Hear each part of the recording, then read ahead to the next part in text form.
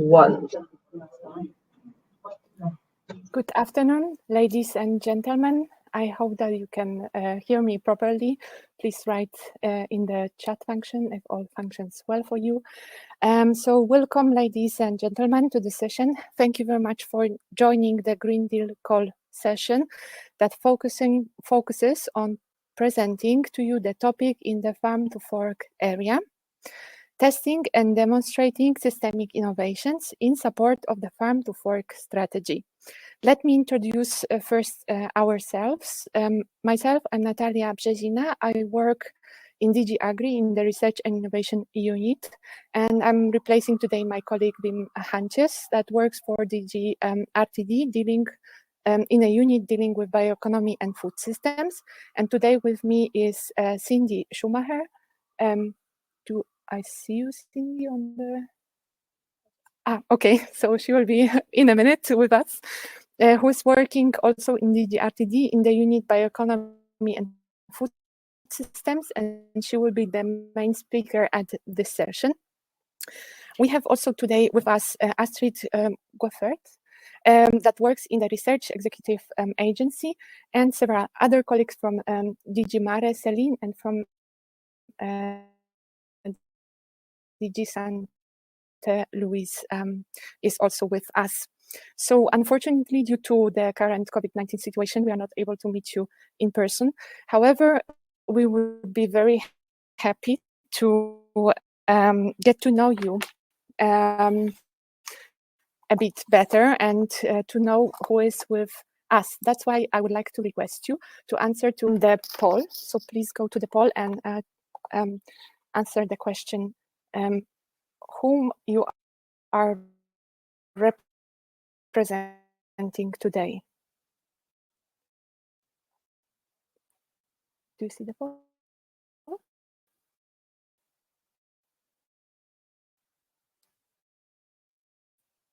No.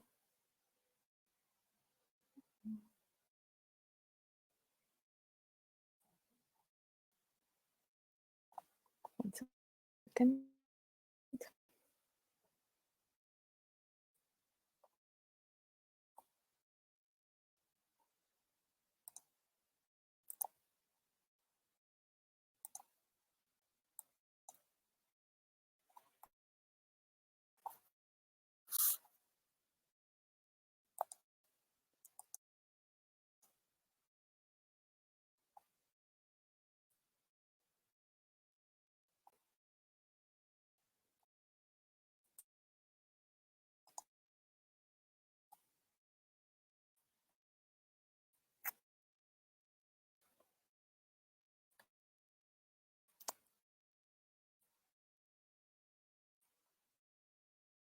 Do you hear me?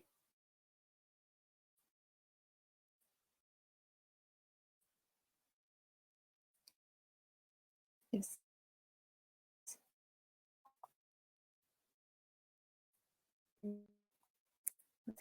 Start or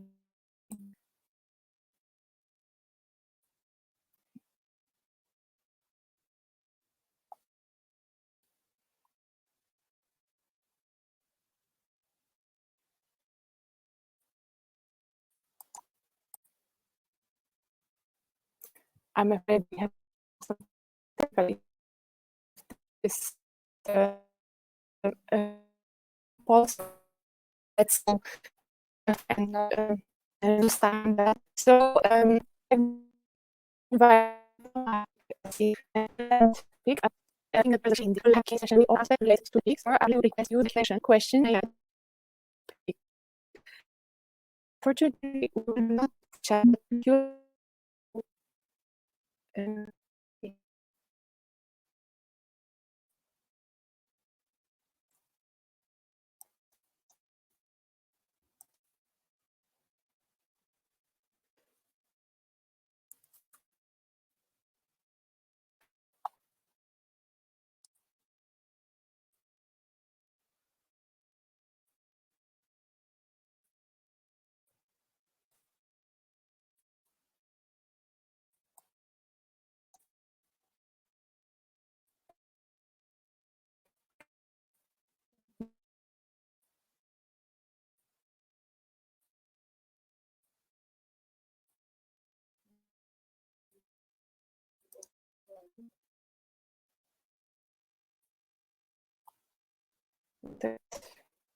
Yes, hear me?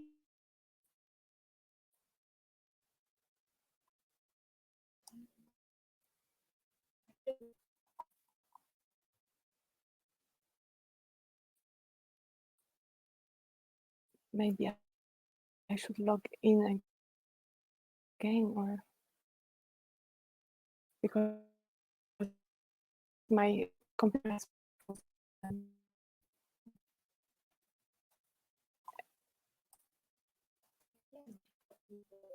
and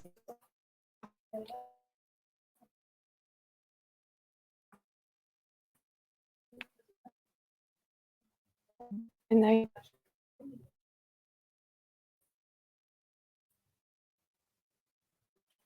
see the policy.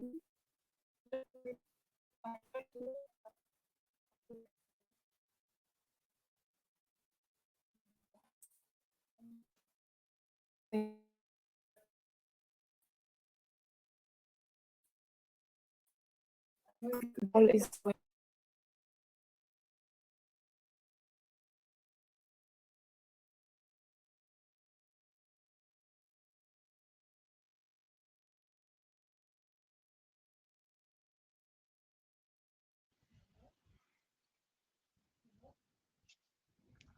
I think my micro is activated now.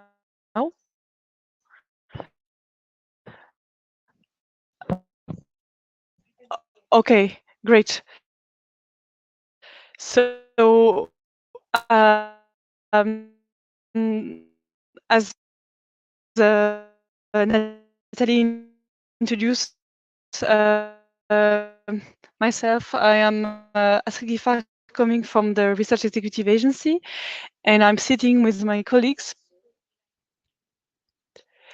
My colleague is hearing me very delayed, but at least she's hearing me, so that's a good news.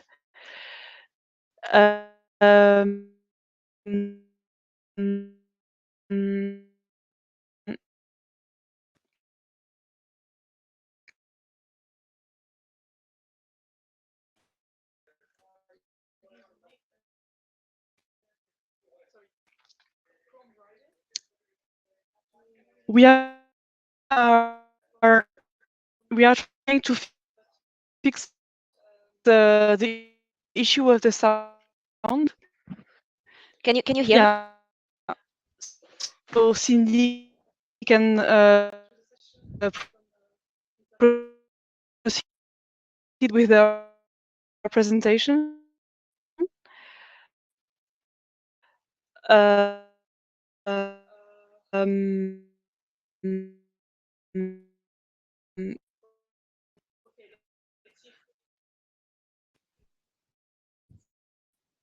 Cindy, you still have no sound. And I think the call is we had some interference. Okay, let's see if it. Can you hear me? Not yet. Yeah.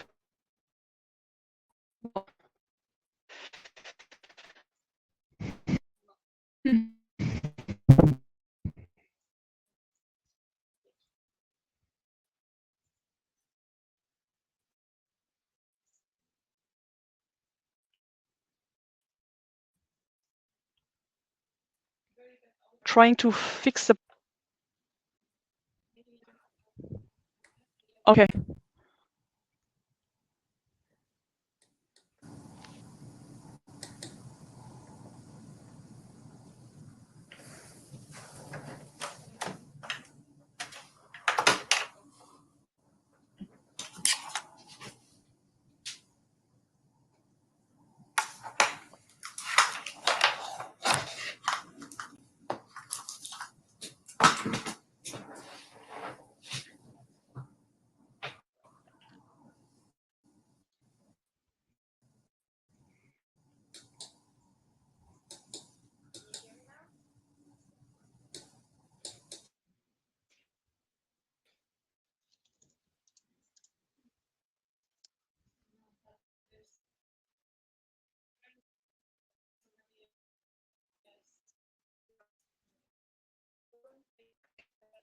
Yeah.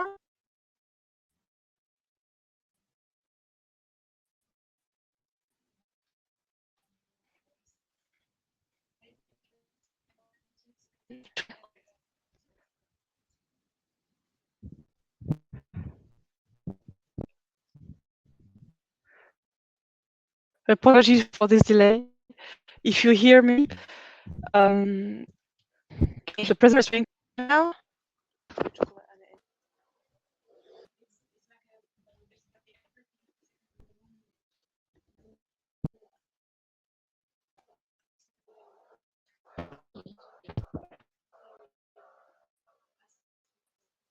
I will contact them by phone.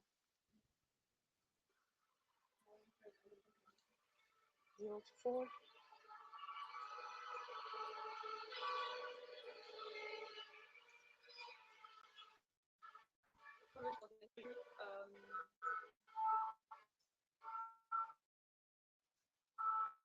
The presenter is going to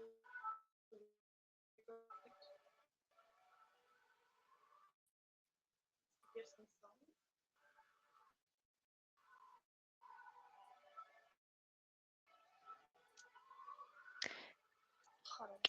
Can you hear me now?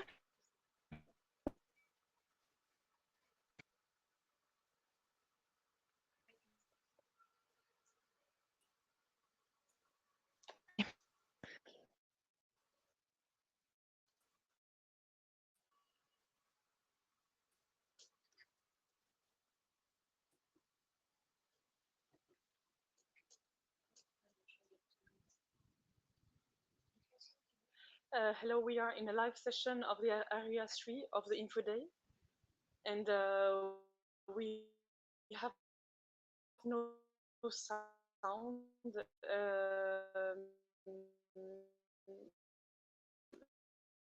It was working well. We're doing the test with Maggie, and now we don't know how to reach her. And we were trying to disable the video, but it doesn't.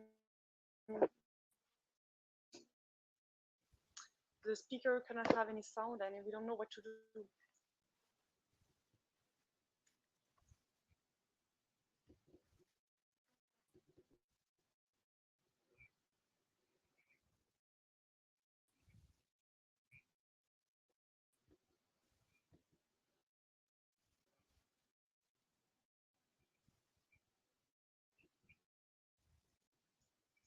Which person is sorry?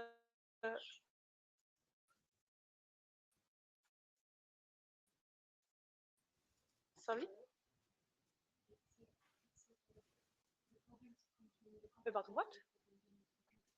Area 6, yeah.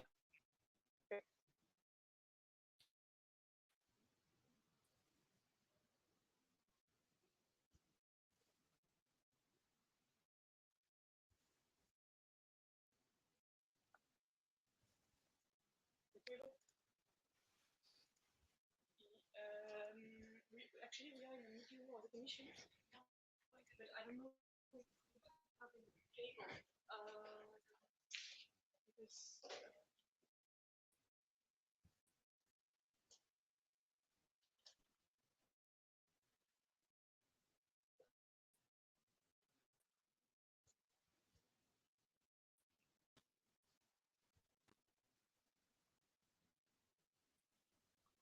yeah.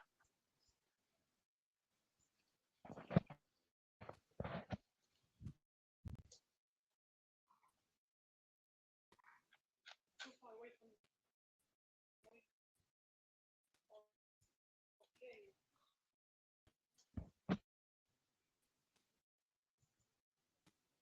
Okay. I'm Astrid Giffard.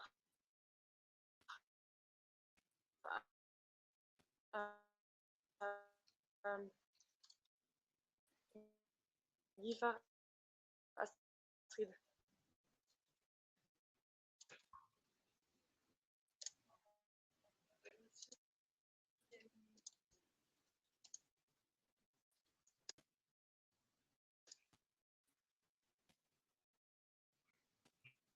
area on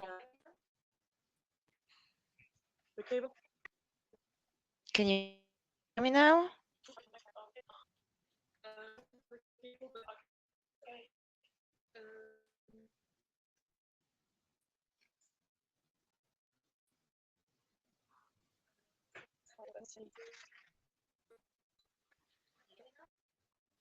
We are looking for a cable, but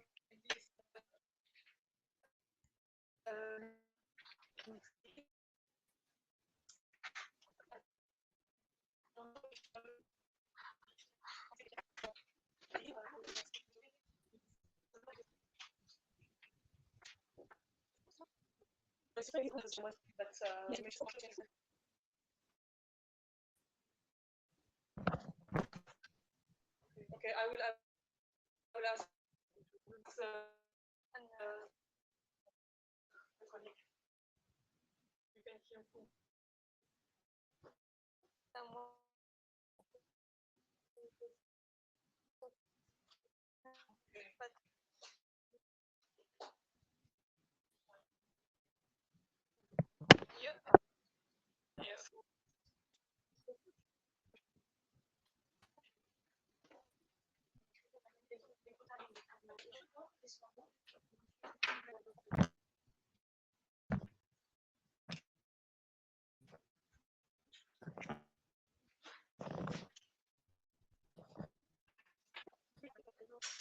can hear me.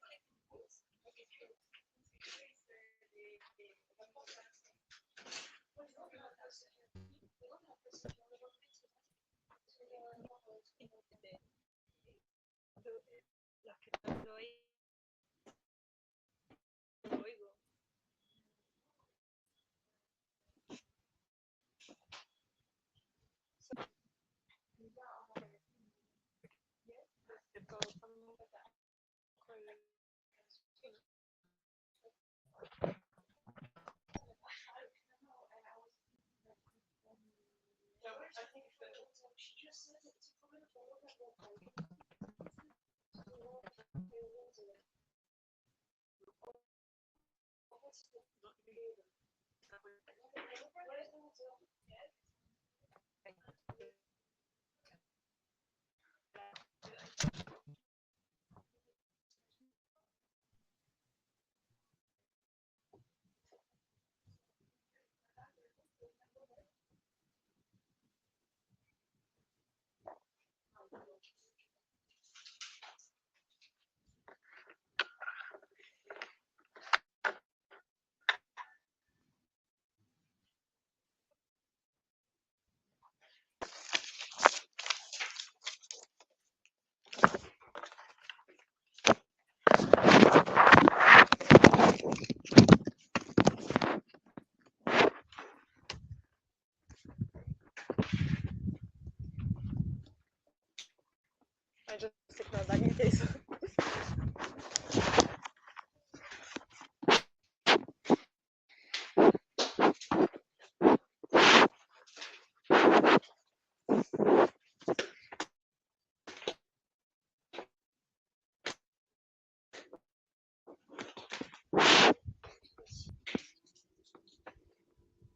Oui, aussi.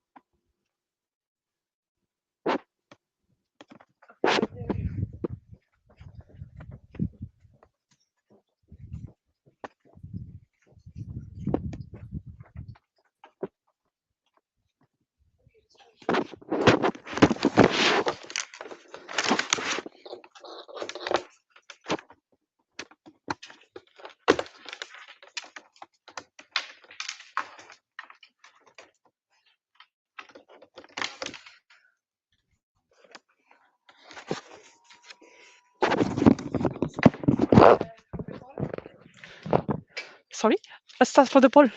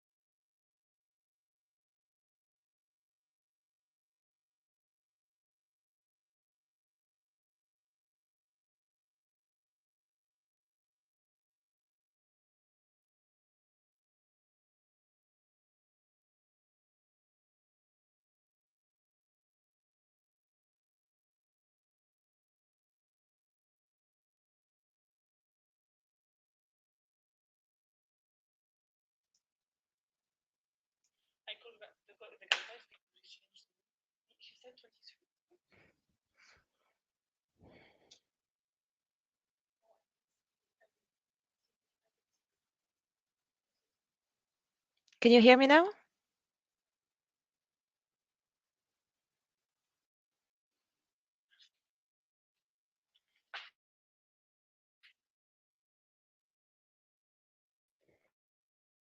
Ah, it seems that you.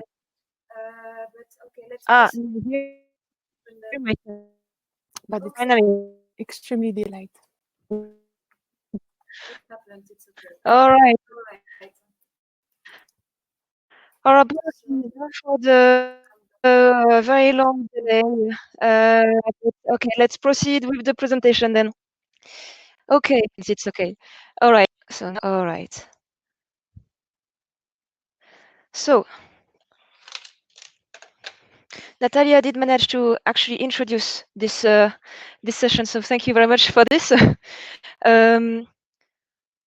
Okay, I don't know why someone is. Well, the slide is disappearing. All right. Okay, so as you can see, there are two possibilities for you to ask questions in this virtual environment. So there is the question and answer section and the chat section. So if you have any question on the area and the topic, sorry about that, and the area and the topic, please submit them in the Q&A section. And if you have, please before you do so, please check that the question, you can simply vote for it or like it, and we will take this up. Then if you have other questions, for example, on the functioning of the session, then please use the chat section, and then an administrator will have a look at these questions. All right. All right, so for your information, I'm going to turn off my camera so that you will hear me a little bit better. Here we go. I hope you can still hear me. All right, so let's continue. All right, so I'm going to present the topic on testing and demonstrating systemic innovation in support of the farm to fork strategy. So first of all, I'm going to explain basically let's say the background of it, which is basically the farm to fork strategy itself. So the farm to fork strategy is one of the key elements of the European Green Deal. It addresses comprehensively the challenges of sustainable food systems by recognizing the close links in between healthy people, healthy planets, and healthy societies. So the strategy is also central to the Commission's agenda to achieve the United Nations Sustainable Development Goals, the so-called SDGs. All citizens, people, and businesses in the food system, in the food value chains, should benefit from a just transition, especially in the aftermath of the COVID-19 pandemic and the economic downturn. So the farm to fork strategy is needed to pave the way for a green recovery from this unprecedented crisis and ensure food security and long-term resilience of our food systems.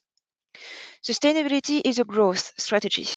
This is what our citizens increasingly demand: nutritious food which is healthy and is produced in a way which is respectful toward our planet.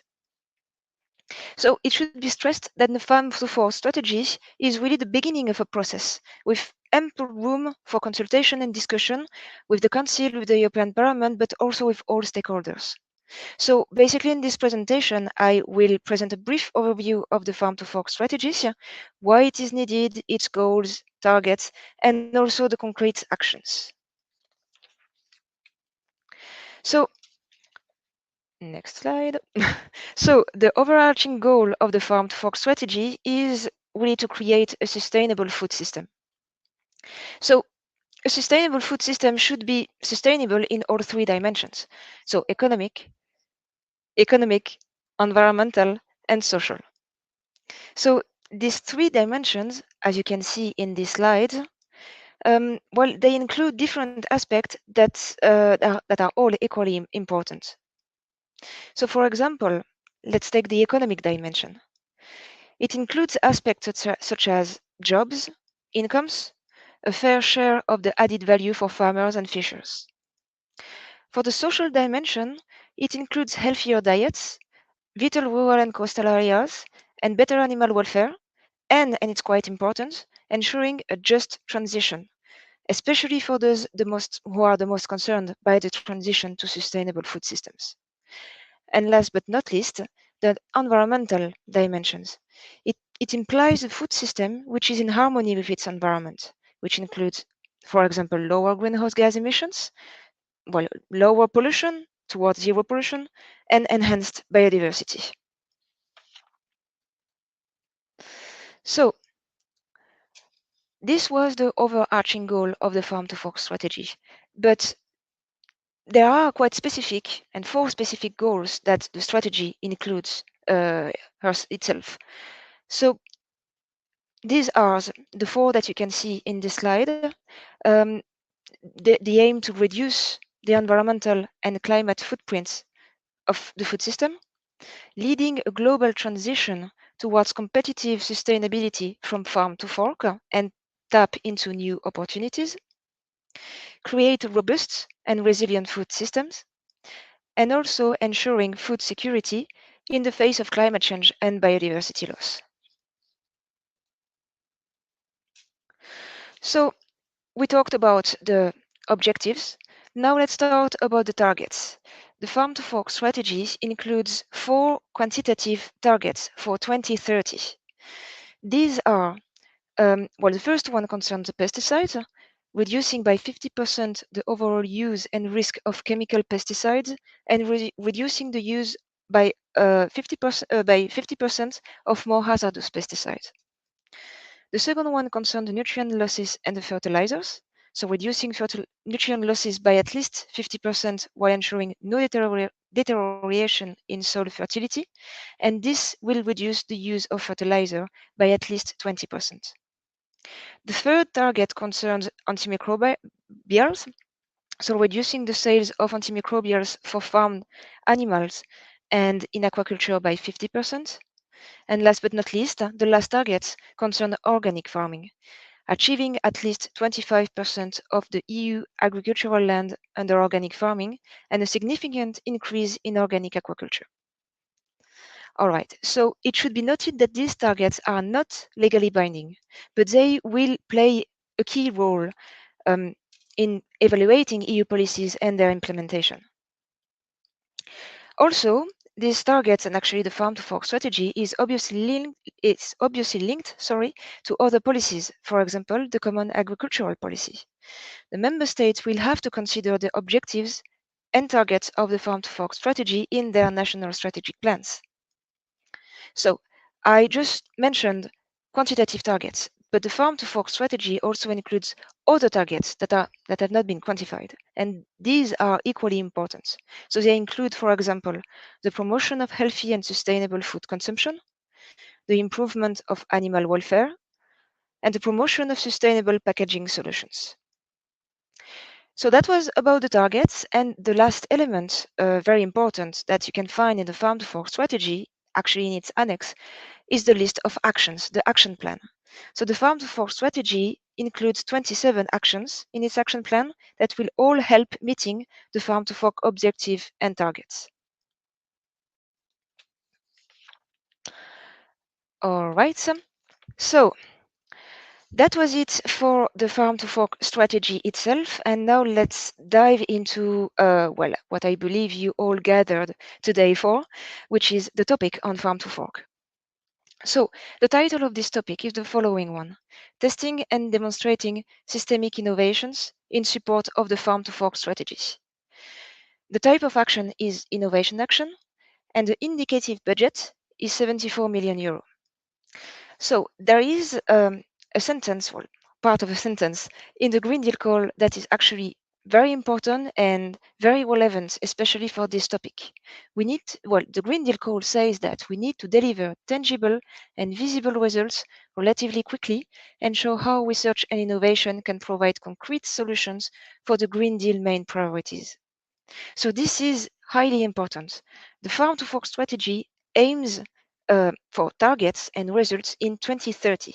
So it will require a wide and relatively massive market uptake of new behavior and of new solutions. So the Green Deal call and this Farm to Fork topic aim at projects that can help to accomplish that. So it means that we need to demonstrate early enough real and practical solutions that can be rolled out on big scale across different regions, but also across sometimes very different parts of the food system. This is how the projects will help meeting the farm to fork targets that have been defined for 2030. All right, so I will explain 3 elements related to these topics. The first one is a specific challenge. Then we will go into the scope of the topic and the expected impacts. So the specific challenge. Well, as you can imagine, this topic should address quite a lot of challenges on the 3 dimensions of sustainability: social, environmental, and economic. So you have in this slide all challenges that should be tackled.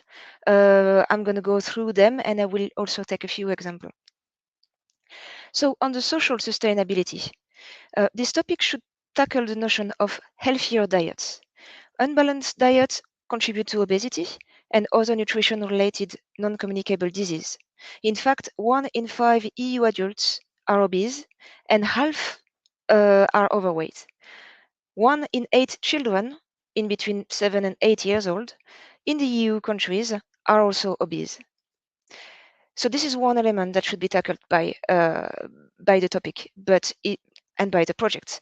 But the topic should also address animal welfare, social rights for all workers in the food system, and also food affordability. On the environmental sustainability, well, many current production practices and consumption patterns still result in air, water, and soil pollution. Well, they contribute also to the loss of biodiversity and to climate change, and it leads to having them consume excessive amounts of natural resources, including water and energy, while 20% of the food produced in the EU is wasted. Agriculture is also responsible for 10.3% of the EU greenhouse gas emissions. So in this slide, under environmental sustainability, you can see a little bee. So let's talk about this bee. Pesticides have been shown to negatively affect pollinator population, which has important impact on their contribution to our EU agricultural outputs. So these are all the challenges that the topic aims to address in terms of environmental sustainability. And the last part is on economic sustainability. This topic should tackle the following issues: fairer incomes for farmers, fishers, and aquaculture producers, new business and jobs opportunities, and it should also tackle a notion that is really at the heart of the Green Deal and so of the Farm to Fork strategy, a just transition for all actors of the food system. So maybe to conclude on this slide, what we need is really a concerted effort to test, demonstrate, and scale up innovative systemic solutions, to achieve the Farm to Fork targets and objectives in this decade. So now let's talk about the scope. All right, so this topic and the activities that will be developed under this topic should support the deployment and scaling up of innovations that contribute to the objective of the Farm to Fork strategy. It should test, pilot, and demonstrate innovative systemic solutions, TRL in between 5 and 7, to one of the following 6 subtopics. So I am insisting on the word one. We obviously do not expect one project, one proposal to address all subtopics together. One project for one subtopic. All right, so about the subtopics. The first one concerns the climate neutral farms, achieving climate neutral farms by reducing greenhouse gas emissions and by increasing the farm-based carbon sequestration and storage. The second one concerns the climate neutral food businesses. Achieving climate neutral food businesses by mitigating climate change, reducing energy use, and increasing energy efficiency in processing, distribution, conservation, and preparation of food. The third one concerns pesticides, nutrients, and pollution, reducing the dependence on hazardous pesticides, reducing the losses of nutrients from fertilizers, reducing pollution of water, soil, air, and then also ultimately reducing fertilizer use. The next one concerns antimicrobials, reducing the dependence on the use of antimicrobials in animal production and in aquaculture. Then the next one concerns food losses and waste, reducing food losses and waste at every stage of the food chain, including consumption, while also avoiding unsustainable packaging. And last but not least, diets. Shifting to sustainable, healthy diets sourced from land, in and water and sea, and accessible to all EU citizens, including the most deprived and vulnerable groups. All right, so that was the 6 subtopics. So still on the scope of this topic, well, the Commission considers that proposals requesting in between 6 and 12 million euro would allow the specific challenges to be addressed appropriately under each one of these subtopic. Of course, you are free to submit well, proposals requesting other amounts. Grants will be awarded to proposals according to the ranking lists. However, in order to ensure a balanced portfolio of supported activities, at least the highest ranked proposal per subtopic will be funded provided that it attains all thresholds. So now the proposals should really focus on systemic innovation that maximize synergies and minimize trade-offs to deliver co-benefits on the 3 dimensions of sustainability that I mentioned earlier. So climate or environmental, economic, and the social aspects, also including biodiversity and animal welfare. But the proposals should also pay particular attention to other elements that are listed here, and I will go through them with you. So the first one is applying system thinking, system approaches to define the challenge, identify possible innovation, systemic solution, and from production to consumption, assess their expected and actual impacts. The proposals should also try to foster collaboration through a multi-actor and cross-sectoral approach. Then the aim is really to include and engage all actors of the food system. For example, practitioners, public and private institutions, citizens from let's say production to consumption, from farm to fork. The aim is also to break silos and to engage young professionals, SMEs, consumers, and citizens. Then the proposal should include the most appropriate mix of innovation. So in the topic text, we listed few examples, but of course, these are examples. The proposal should also focus on upscaling innovation and can include limited research activities to address specific gaps for solution building, testing and demonstration, understanding behavior, motivations, and barriers, with a view to maximizing the uptake of solutions. The proposal should also capitalize on existing testing and demonstration facilities where appropriate to strengthen their capacity to address the challenges and showcase solutions. And finally, the project should also deliver and implement an action plan for dissemination, communication and engagement, for building awareness, education and skills relevant to the solutions on a European scale. All right, so that was it about the scope, which is pretty long already. So now the last part of this presentation will focus on the expected impact of this topic. So as you can see in the slide, the proposals and the projects should have 3 expected impacts. The first one is demonstrating innovative systemic solutions that have the potential to generate significant positive impact by 2030. So what does it mean? For example, in subtopic A, it means achieving climate neutrality of farms and farming system on land, water, and sea, reducing greenhouse gas emissions, increasing carbon sequestration and storage. For subtopic B, we need to achieve climate neutrality of food businesses, reducing energy use and increase energy efficiency in processing, distribution, conservation, and preparation of food. For subtopic C, we need to decrease the dependency of the use of hazardous pesticides and reduce the loss of nutrients from fertilizer, and so ultimately reducing the use of fertilizer itself, increasing the efficiency of fertilizers. For subtopic D, we need to decrease the dependency on antimicrobials in animal production and in aquaculture. For subtopic E, we need to reduce food losses and waste and the use of unsustainable packaging at every stage of the food chain, including consumption. And for the last subtopic, subtopic F, we need to increase the share of citizens that adhere to healthy, sustainable diets, including among the most deprived and vulnerable groups. Okay, so that was basically expecting impact objectives for each one of the subtopics, but all 6 subtopics should also try to provide, aim to provide sufficient, safe, nutritious, healthy, and affordable food for all. They need to improve the overall sustainability of food systems and to improve the resilience of food systems to shocks and stresses. So that was for the first expected impact. The second one is about contributing significantly to the achievement of the objectives and targets of the Farm to Fork strategy and the European Green Deal. So, for example, some subtopics, so the A, B, E, and F, should all contribute to reduce greenhouse gas emission by at least 50% by 2050 compared to the 1990 levels.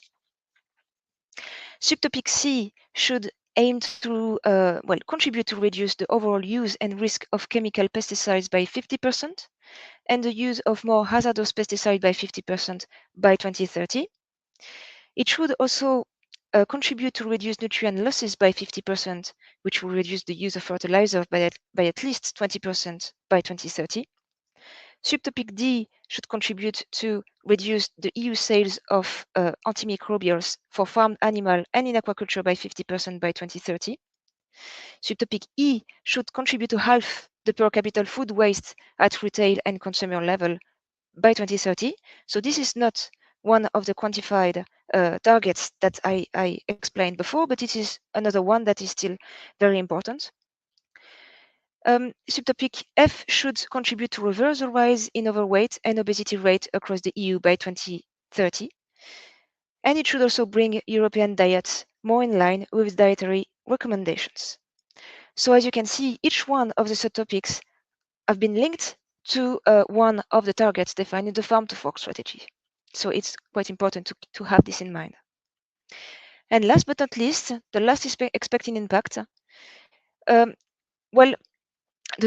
topics and so the proposals and the projects should achieve an increase in awareness among policy makers, businesses, investors, entrepreneurs, institutions, stakeholders, and citizens of selective, innovative systemic solutions, of their potential, and of the requirements to promote and realize their uptake at EU scale and behavioral change.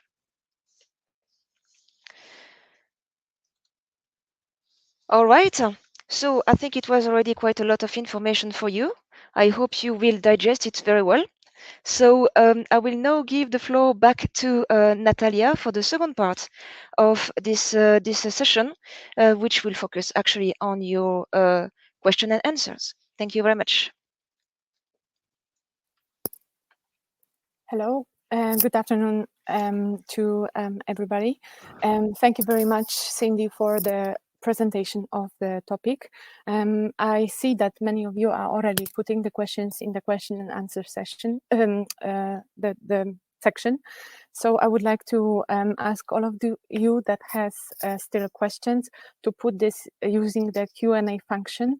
And please, if you see a topic, a question that you would like to ask and it is repeating, then just put the vote on it. So the thumb up so that it is not repeating, and we can more easily manage the different questions. So let's start the Q&A session, but maybe before that, we just have a look at the poll who is with us that we launched at the beginning, but we were not able to finish this because of technical problems.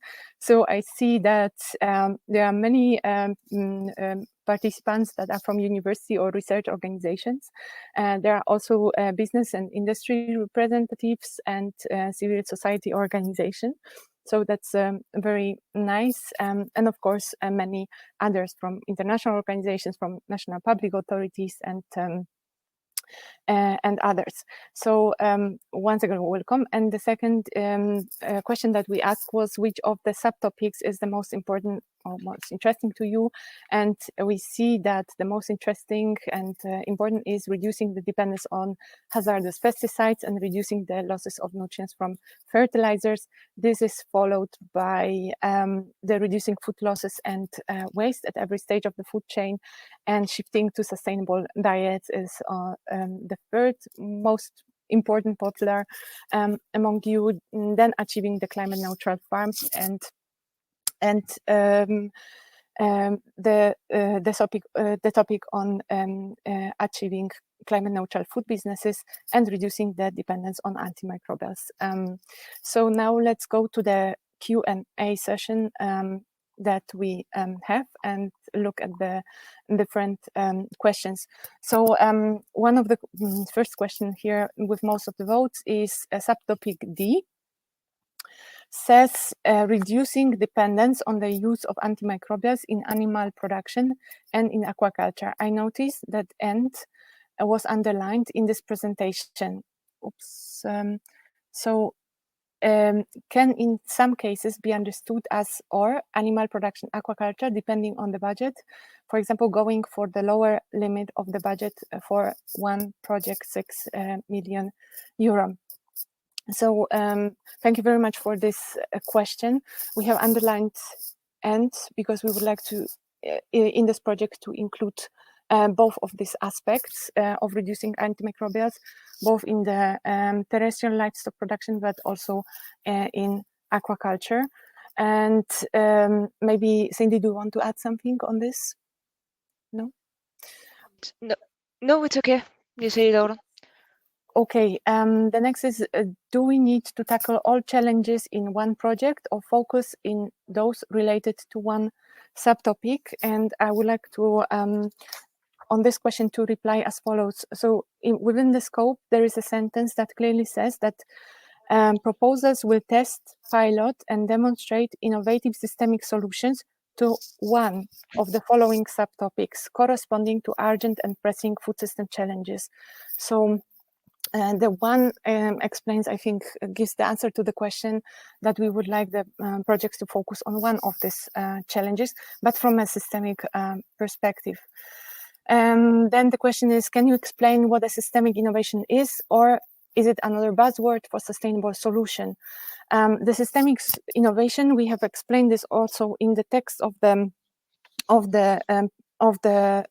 topic, and we say that this is an innovation that maximizes the synergies and minimizes the trade-offs between the different sustainability dimensions: economic, social, environmental, health, including both biodiversity and animal welfare. So basically, a systemic innovation is that one that brings many benefits but does not bring harm and to any of the actors in the food system. I hope that it explains, but I would like to maybe invite Luis. Would you like to add something? Luis? Thank you very much, Natalia. Is the sound okay from my side? Yes. Yes, thank you very much, and thank you for the very detailed presentation on this topic of the Green Deal. Indeed, I think you have very well described the scope of the systemic innovation, where indeed the 3 areas or 3 pillars of sustainability should be part of the concept. And also we have included there references to biodiversity and animal welfare being important in several of the subtopics that are presented. And just to bear in in mind the concept of externalities, how externalities should be addressed also as part of the systemic innovation approach. Thank you.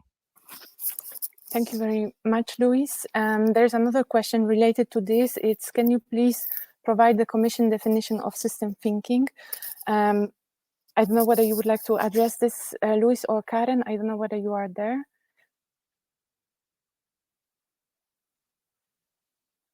Okay, so from the Commission does not have official definition of system thinking, but system thinking is about looking at the whole food chain from production to consumption, and also the environment within which it operates. So all the socio-economic and environmental changes that are happening and also driving the activities within the system. So basically looking at it from having a big kind of picture view on what is happening in the food system. I don't know whether Luis, you would like to add something on this?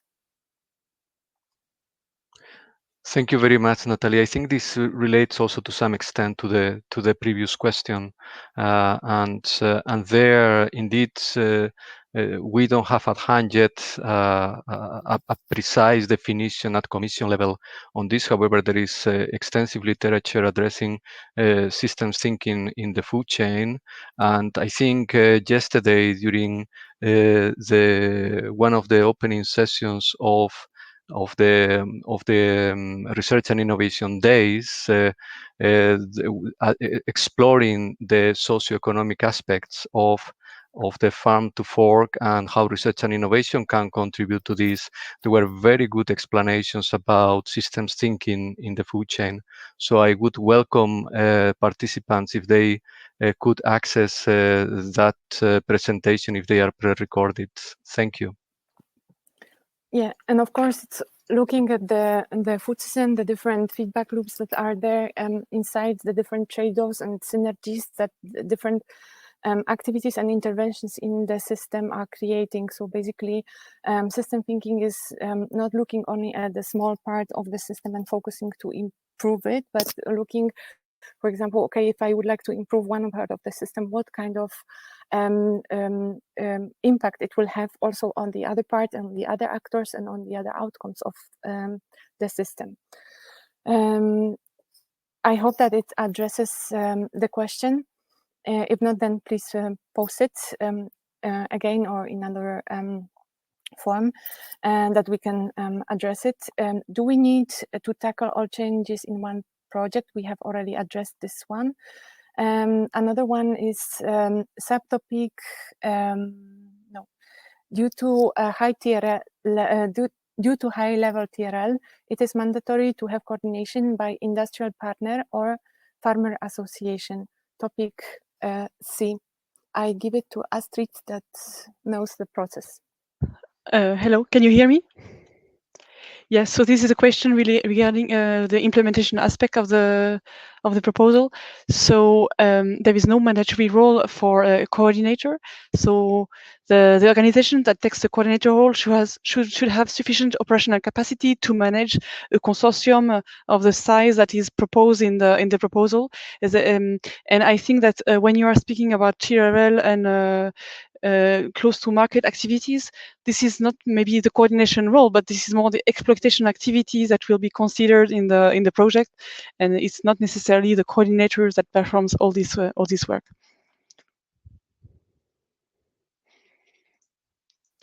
There is another question on how to measure the potential impacts of the project and the final results. Well, in the evaluation under the impact section, you have some sub-criterion on how the proposal is going to address the expected impact of the topic. So you have to really explain how the proposal is going to address the challenges that are proposed in the expected impact, and also provide indicators, measurements, explain very clearly and convince evaluators that your project is able really to achieve the targets that are proposed in the topic. So yeah, really it's really up to you to explain this, but it should be very clear and not just by wording, but also indicators, figures, very convincing data on what your project will do to achieve this expected impact. And you should also give a timeline, let's say, on the capacity to achieve these targets. Regarding the size of the consortium, yeah, this is a very frequent question. Well, the minimum from the eligibility aspect is a minimum 3 partners in an innovation action, but there is no optimal size. It really depends on the objective of the project, the type of actors that are needed to perform the action, and so on. So it's really read carefully the topic, and you will depending on what you propose, it can depend really much. Yeah. Thank you very much, Astrid. That was very good. And the next actually question is about subtopic E. Can the project only concern food losses or food waste, or should both aspects be taken into account? I would like to give it to Cindy. Yes, so thank you for the question. So for subtopic E, well, the text mentioned that we need to read, well, the subtopic E concerns the reduction of food losses and waste at every stage of the food chain. So yeah, I would say that these two aspects are quite important and should be indeed taken into account. Thank you. Do the same project can be integrated in more than one subtopic?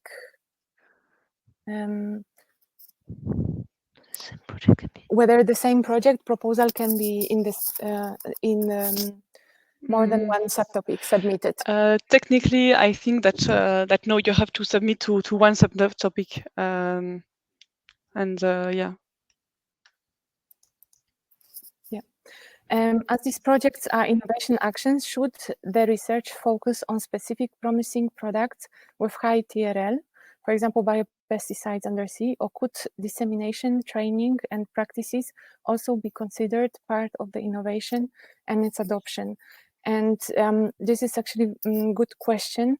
So this is an innovation action, and the research should focus on kind of systemic solutions, innovative solutions, and it can be a mix of different innovations. We are saying this under the scope that we are looking for, that you include the most appropriate mix of innovation. So it could be technological innovations, it could be governance innovations, it could be innovations in the supply chain and others. So of course, dissemination, training, practices also are considered part of innovation, but they are also extremely important aspect and one of the requirement in the topic scope. We are saying that you need to develop action plan for dissemination, communication, and engagement for building awareness, education, and skills to the solutions on a European scale in and beyond the regions where the activities take place, among businesses, investors, entrepreneurs, institutions, stakeholders, and citizens.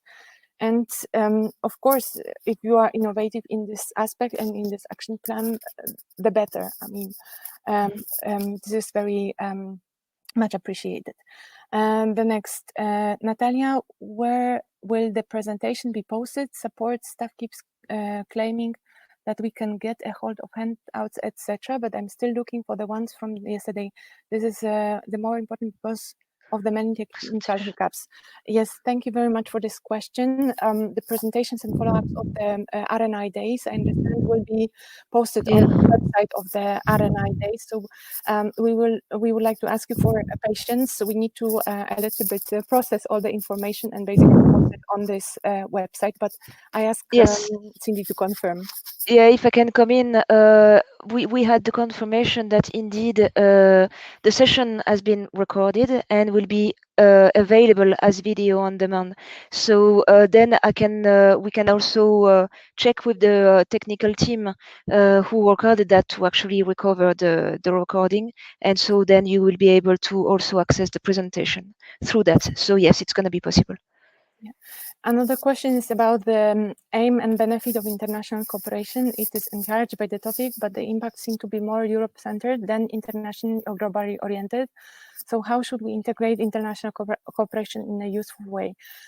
First of all, I will not give you hints how to integrate international cooperation in a useful way, because I leave it for your creativity in the proposals. However, this is extremely important because Europe would like to, as it is said in the introduction to the topic, that Europe would like to become a global standard for sustainability. And one of the aspects of the Farm to Fork strategy is to also help the global transition to sustainable food system. That's why it's also an important aspect of this topic. If we develop something, a sustainable food system in Europe, we would like also to advocate this on the global level. But I invite maybe Luis to comment if you would like to add something on this, as it is Farm to Fork. Thank you, Natalia. Just to indeed confirm the ambition of the Farm to Fork strategy you mentioned also in the global perspective, to know that indeed the context of the Green Deal call will be a very good demonstration on what can be achieved via innovation in the short term to deliver into the vision of the Farm to Fork strategy. But of course, we need also to think on the medium to long term. So the actions, as per se described, address very concrete areas of the Farm to Fork strategy. And to that end, we need to keep in mind both the short term and the medium term and the long term. And indeed, the international dimension is something that is on the table, and that is something that the Commission will continue to work on, and where research and innovation will also be a contributor as evidence-based and as enablers for the international discussions. Thank you. Yes, thank you very much, Luis. The next is, will there be a recording of the session and PPT? We have already answered that. Yes, there will be published. Why the decision to not include meat reduction and development of alternative proteins in Area 6 Farm to Fork? This is not excluded from the scope, so I don't fully understand your question, because this is not excluded.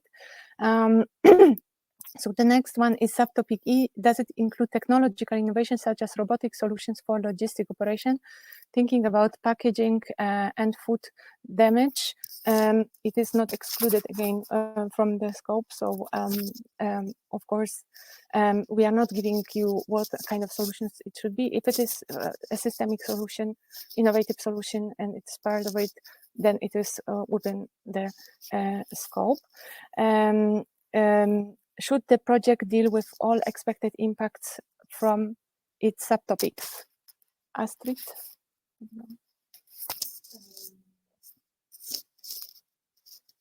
Hello. Indeed. Of course, you have to address all the expected impact of the given subtopic you are going to select. So I don't know how many. It's not all, of course, that is in the list, but of course, if for your subtopic, you should cover everything. Yeah. Yeah. The next question is 1 to 2 projects per subtopic. What will it depend on? The description of the topic states that there is a budget of 6 to 12 million euro per project for each subtopic. This is a very large range. Yes, this is a very large range, but this is specifically to actually allow you to be creative and to incentivize different kinds of projects and ideas to emerge for this different topics. So how many projects we will fund depends on the quality of the project. First of all, whether they meet the threshold, and second, we specifically say in the requirements, wait a second, that the Commission considers that the proposals requesting 6 to 12 million euro would allow the specific challenge to be addressed appropriately under each of these subtopics. Nonetheless, this does not preclude submission and selection of proposals requesting other amounts. So we would leave it a bit open for the innovative solutions and innovative proposals to come, and then it depends on the quality, on the innovativeness of the projects, of the proposals that will come. Would you like to add something, Cindy? No. Okay, the next one is proposals should test, pilot, and demonstrate innovative systemic solutions.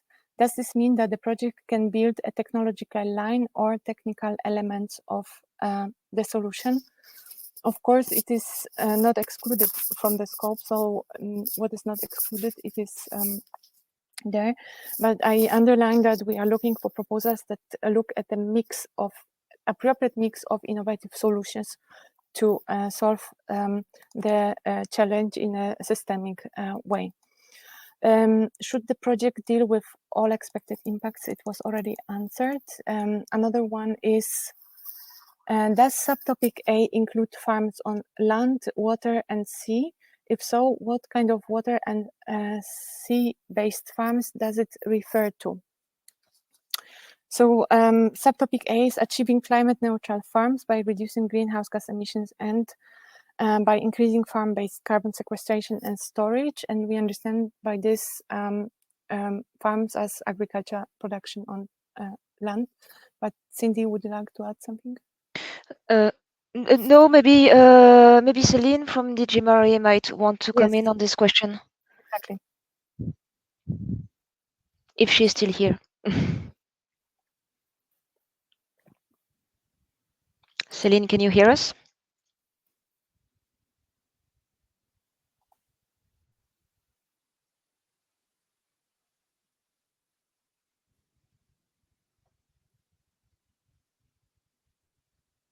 Oh, I don't think so. Let's maybe move to the next question then. Okay, the next question is, to what extent can we develop novel technologies? Can we have a rough estimate of what would be reasonable budget-wise? So first of all, I would like to underline once again that we are looking for innovative mix of different solutions, not only looking at technological solutions, but also other kinds of solutions. And having underlined that, the rough budget estimate is given by the range of that we are proposing. So the Commission considers that the proposals requesting from 6 to 12 million euro would allow the specific challenge to be addressed appropriately. And the next question was whether it will be published. Is the global ranking for all proposals under this topic going to be used to select the proposals after one topic is selected? For example, after one proposal is selected for a topic, what is the selection process? Thanks. Astrid, would you like to take that one? I would like to add only what we have included in the text, that the grants will be awarded to proposals according to the ranking list. However, in order to ensure a balanced portfolio of supported activities, at least the highest ranked proposal per subtopic, ABCDEF, will be funded provided that it attains all thresholds.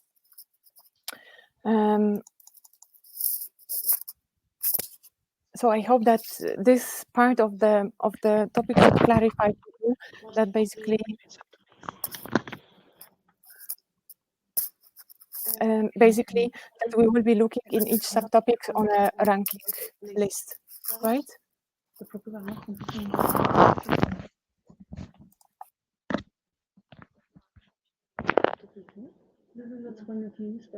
Yes. Yes, so I would like to clarify, sorry for my disappearance. I would like to clarify that there is a ranking list per one subtopic. So this description in the scope of the topic clarifies, should clarify that it is a ranking list per one subtopic. Do you see any area of the call that could include public procurement of food for schools, hospitals, elderly homes, etc.? Yes, of course, different areas include this kind of course, if you, I would suggest that maybe Cindy can also take this one. I do not want to suggest to apply for one or the other topics to any participants here, but of course there is areas where it fits better or less. But Cindy, would you like to add something? Well, Yes, for example, so the question is about okay, public procurement for food, for example, schools, hospitals, elderly home, etc. So one of them could actually be in subtopic B, because somehow we can add in this list other food businesses. So indeed, subtopic B could actually include elements related to that, and also subtopic F, because it mentioned diets, healthy diets. So this actually concerns quite a lot of people, everybody, including schools, children, hospital, vulnerable people. So I would say that at least these two subtopics would include elements that you mentioned in your question. Thank you. Another question is about do we need to cover several European regions? Cindy, would you like to address this? Normally, when we read the description of the topic, I don't know whether Mark is there or It could be local. Karen.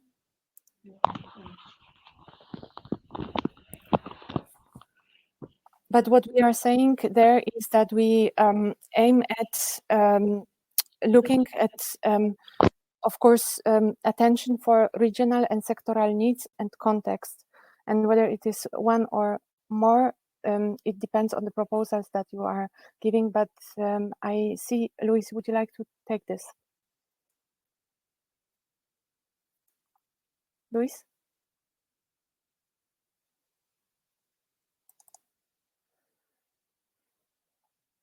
Luis?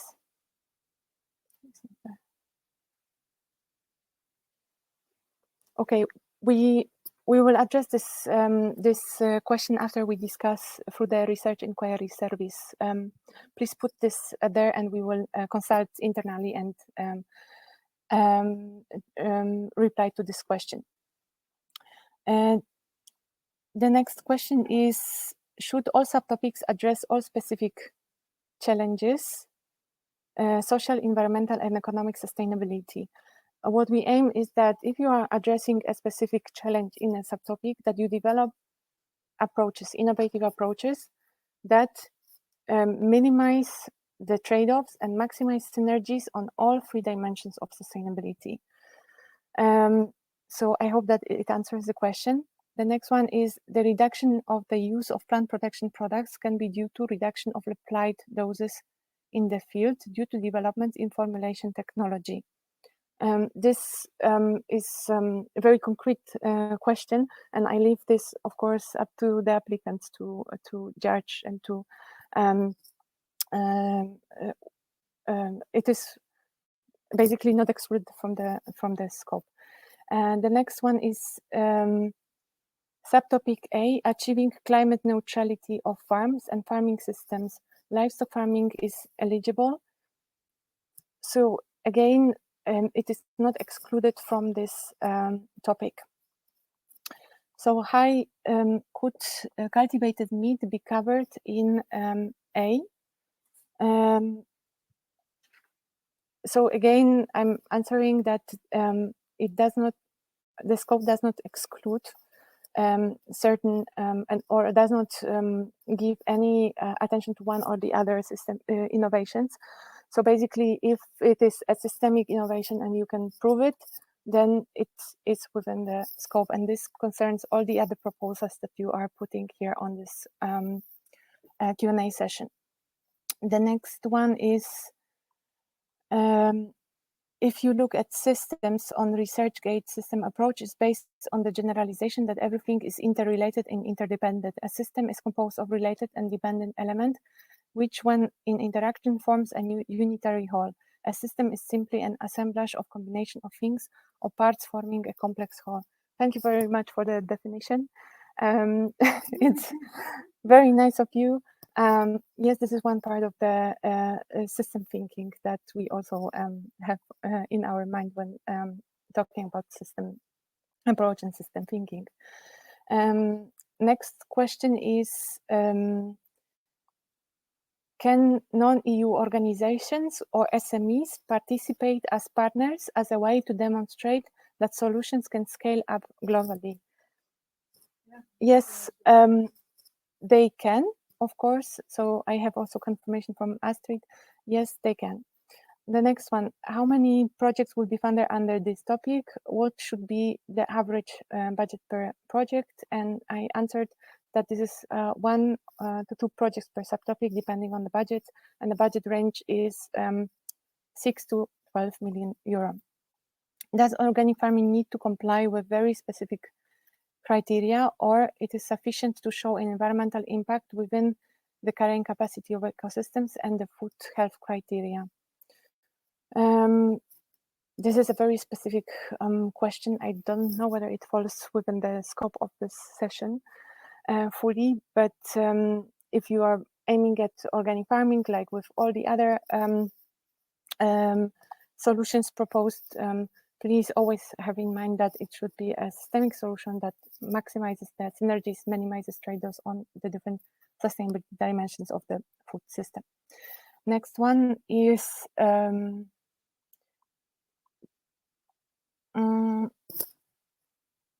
what is the indicated time frame of the project? Astrid? On the time frame of a project, it really depends on the type of action and the budget you are requesting. I think that we usually try to give a limit.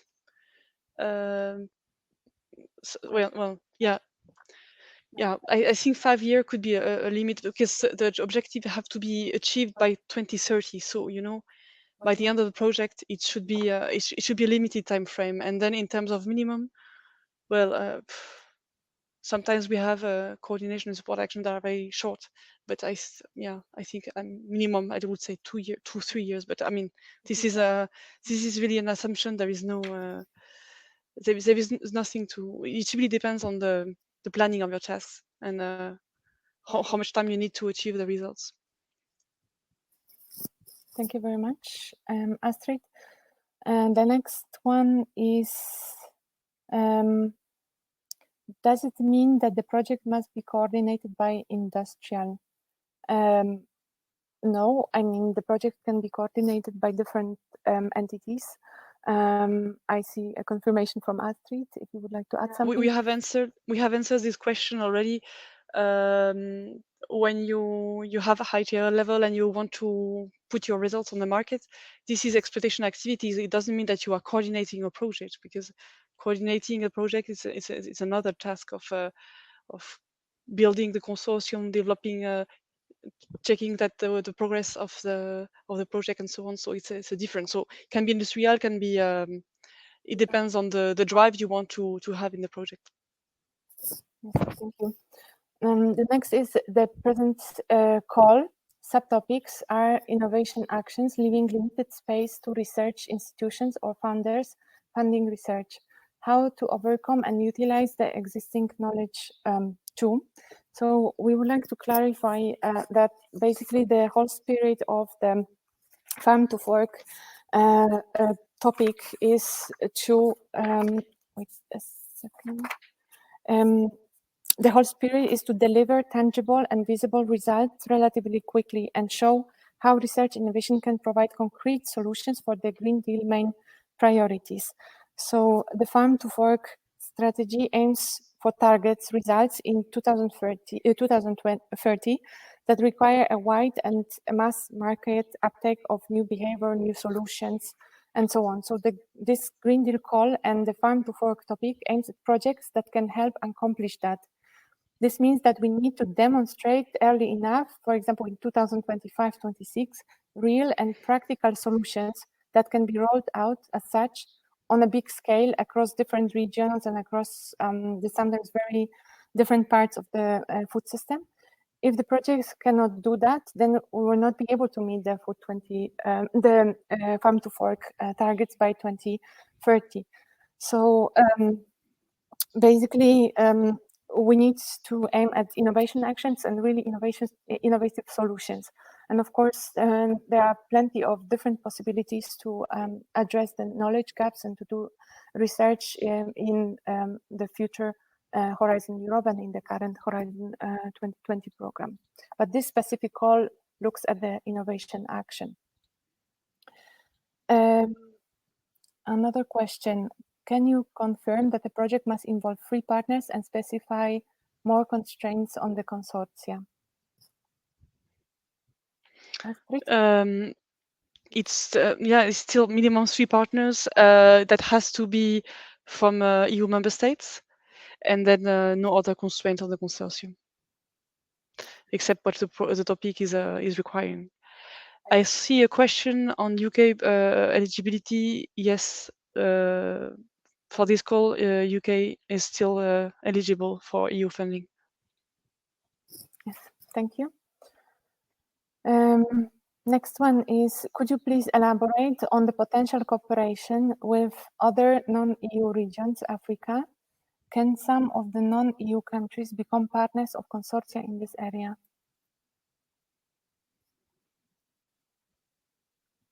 Astrid?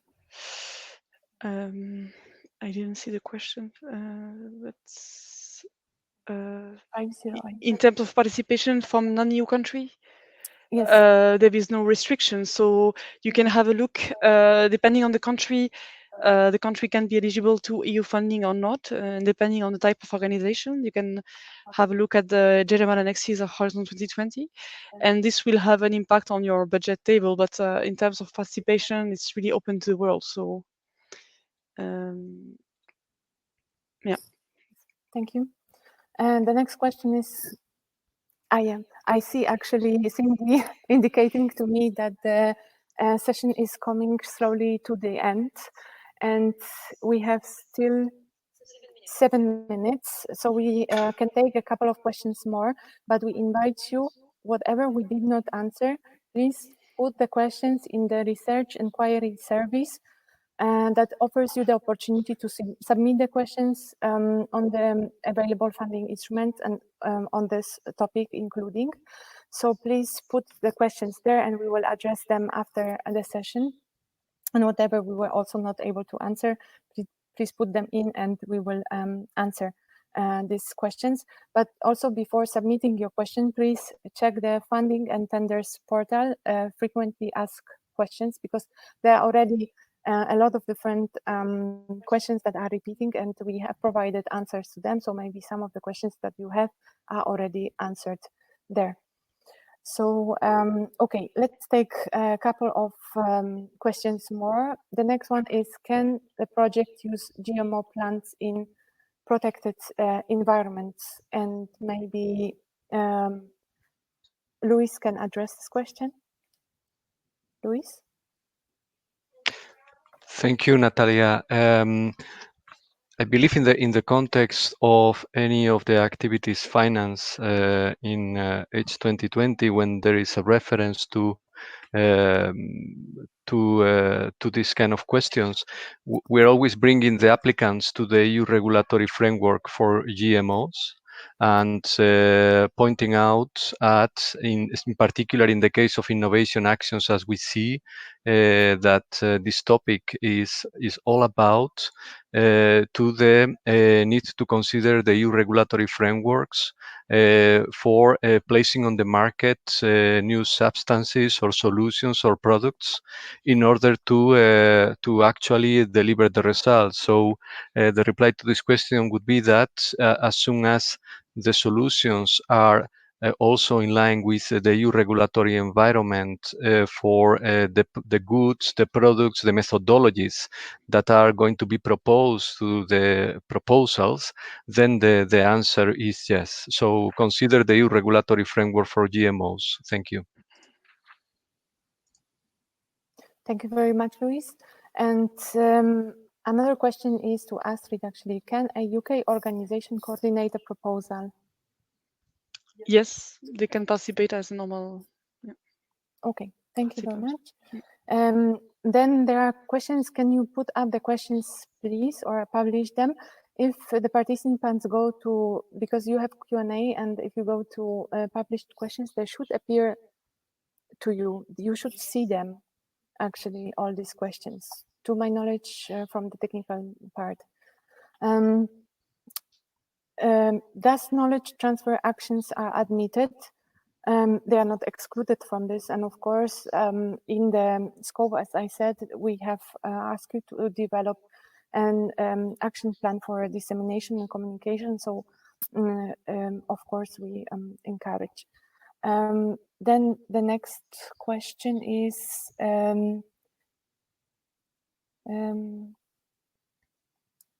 how many projects do we expect to approve per topic? We already actually answered this several times. Do you see any new topic in a new question? Yeah. Some questions are answered by our colleague Karen Fabry, so that's perfect. Yes. Yeah. And so there is also a question: urban vertical farming. So all these kind of questions: public procurement, vertical farming, and others. So all these, if you are proving in this proposal that this is a systemic innovative solution approach, mix of innovations, then it is not excluded. So I will not give answer, we prefer this or that, because we do not prefer any of these different options. This is totally on your side to decide what is the best innovative solutions to deliver on targets and objectives of the farm to fork strategy. So the next is the question that are not answered now. How is it possible to get it later? I indicated already that through research and inquiry service, please use it and post any questions that were not answered in the session. We will definitely take care to answer them through this service. And this will be also visible for all the applicants. Under what subtopic would production of functional foods and nutraceutical feed, subtopic F? This is again a question to you, so you should best know to which challenge you would like to reply with this or the other innovation. And I see that we have, can an NGO lead a proposal? This is a question to ask. Yeah, the coordination can be led by any organization, provided they have sufficient operational capacity to perform the coordination, and especially taking into account the requested budget. So you can find more information on this. I will look it up on the internet, and I will post a link. So you have to look at, does this organization has really the capacity to lead a consortia of significant size, if applicable, and depending on the budget you are requesting, this is to be taken into account. Yes, and with this question, because we have 1 minute left and we will have to close on time, we would like to thank all the participants for coming to the session and for your patience, and apologize once again for the technical problems that we have faced at the beginning. Once again, please submit your questions that remain in the research inquiry service, or look in the frequently asked questions. And I would like to very much thank Cindy for the presentation and all colleagues for helping me to answer the questions. So once again, thank you very much for your participation. And thank you, Natalia. Thank you, Natalia. We wish you a lot of creative, innovative ideas and the best of luck in preparation the proposals. So the future of our food system now is in your hands. We are waiting for your proposals. Thank you very much. I was about to write my Goodbye. my answer. Goodbye.